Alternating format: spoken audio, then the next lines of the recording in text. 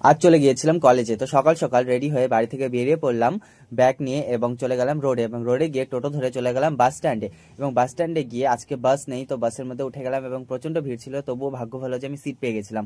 তো তারপর আমি বাসের মধ্যে করে চলে আসলাম কলেজে, এবং কলেজে এসে দেখি আজকে প্রচণ্ড ভিড় হয়েছে। যেহেতু আমাদের ইন্টার্নশিপ আজ থেকে শুরু হলো, অন্যান্য কলেজে তো শুরু হয়েও শেষও হয়ে গেছে, বাট আমাদের কলেজে এই লাস্টের দিকে এসে শুরু হয়েছে। তো যাই হোক, চলে গেলাম ভেতরের দিকে এবং গিয়ে দেখি আমাদের ক্লাস এখনো খোলেনি, সবাই দাঁড়িয়ে আছে ওখানটায়। তো তারপর কিছুক্ষণ আড্ডা দিলাম এবং তারপর সময় হয়ে গেল এবং আমাদের ক্লাস খুলে দিল। এবং ক্লাসে ঢোকার সঙ্গে সঙ্গেই দেখি জায়গা নেই, পুরো একদম ভিড়।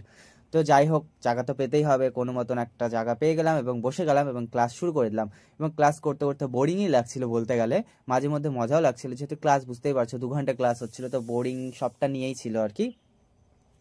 তো ক্লাস করে নিলাম এবং ক্লাস করে তারপর বেরিয়ে গেলাম কলেজ থেকে এবং বেরিয়ে চলে গেলাম নিচের দিকে।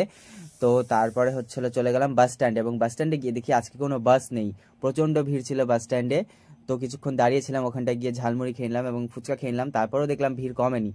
তো তারপরে কি করা যাবে, অনেকক্ষণ দাঁড়িয়ে থাকার পরে একটা লোকাল বাসে করে